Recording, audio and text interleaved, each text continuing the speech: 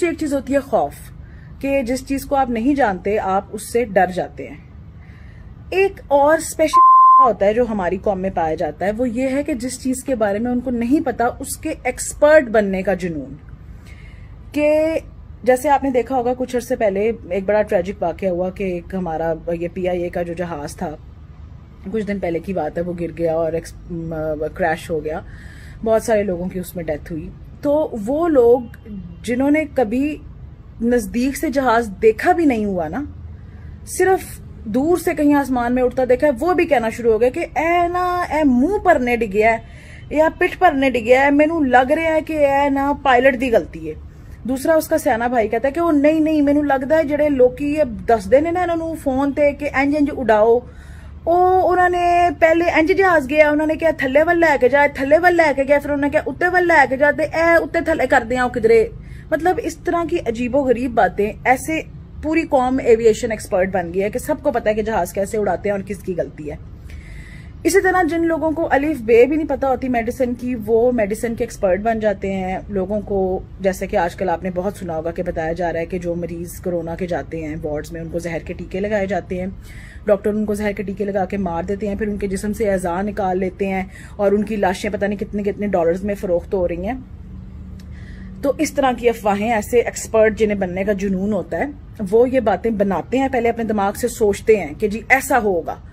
फिर उसके अराउंड एक पूरी की पूरी जो है ना वो एक पुरस्कार कहानी तरतीब दी जाती है, फिर वो लोगों में ऐसे फैलानी शुरू कर दी जाती है जैसे अपनी आंखों से ये सब होता हुआ देखा है। तो हम लोग तो क्योंकि मरीजों को एडमिट कर करके और उनका इलाज कर करके बहुत थक गए हैं और हमारे ऊपर बहुत वर्कलोड है और हमारे पैरामेडिक्स पे भी, तो आप काइंडली वॉलंटियर करें, आप लोग हमारे वार्ड्स में आएं। जो पेशेंट्स की आलाइशें उठाई जाती हैं, उन्हें खाना खिलाना होता है, उन्हें नहलाना धुलाना होता है, उनकी बेड शीटें चेंज करनी है, इस तरह के छोटे मोटे काम आप आएं और हमारी मदद करें, ताकि जो हमारा असिस्टेंट अमला है उसको भी थोड़ी हेल्प मिले, उन्हें भी रिलीफ मिले, जो कि रोज पॉजिटिव हो रहे हैं, जिनके घर वाले रोज मर रहे हैं बेचारों के, काम करने वालों के, डॉक्टरों के, पैरामेडिक्स के, उनको भी थोड़ी रिलीफ मिलेगी। और आपके अंदर जो दो मुंह वाला जो आपको ऐसी बातें बनाने, फैलाने और मानने पे उकसाता है, वो उसको भी थोड़ी तशफ़ी उसकी होगी कि वो आएगा, आप आके देखेंगे कि वाकई क्या जहर के टीके लग रहे हैं या नहीं लग रहे, या ऐसा कुछ हो रहा है या नहीं। अपनी आंखों से देखें ना, जाके देखें, उन वार्डों में काम करें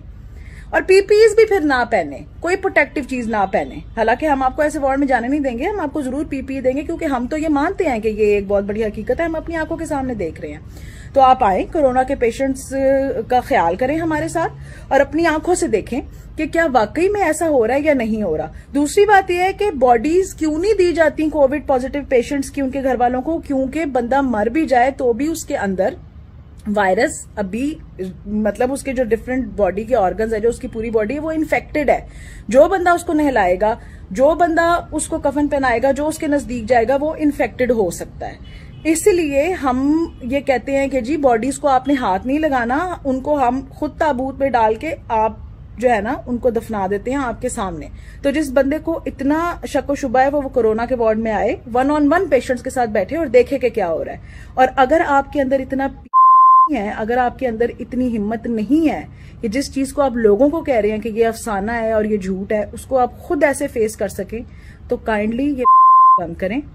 लोगों को झूठी अफवाहें, झूठी बातें बताना बंद करें, क्योंकि होता ही है कि जो पेशेंट हमारे पास आता है सीरियस भी होता है, उसको सांस नहीं आ रहा होता, हम उसे कहते हैं पेशेंट को एडमिट करा लें, उसके घर वाले कहते हैं जी नहीं, हमने सुना है आप लोग जहर के टीके लगा रहे हैं, हम इसको घर लेके जा रहे हैं, क्योंकि वो इतने डरे होते हैं इन अफवाहों से। वो बंदा घर वापस ले जाते हैं, घर जाके उसकी हालत खराब होती रहती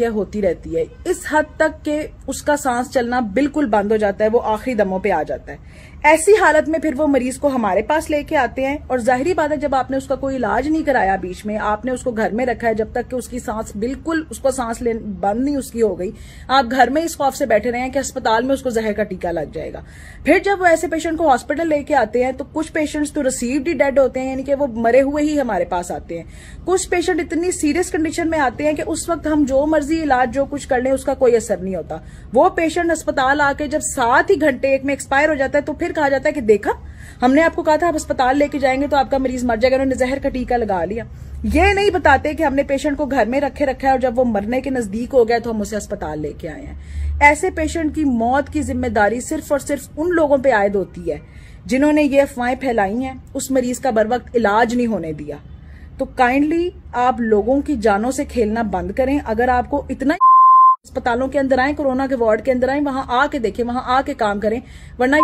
बंद कर दें। हम बहुत टेंशन में हैं, बहुत स्ट्रेस में हैं। एक तो अपने सामने अपने मरीजों को मरता हुआ देखना, ऐसे ही जैसे आपके घर का कोई बंदा मर रहा हो, एक वो डिप्रेशन। फिर अपने कोलीग्स को अपने सामने इन्फेक्ट होता हुआ मिजरेबल हालत में देखना, खुद इन्फेक्ट होना, अपनी फैमिली वालों के लिए परेशान होना कि कहीं आप उन तक इन्फेक्शन ना ले जाएं। हम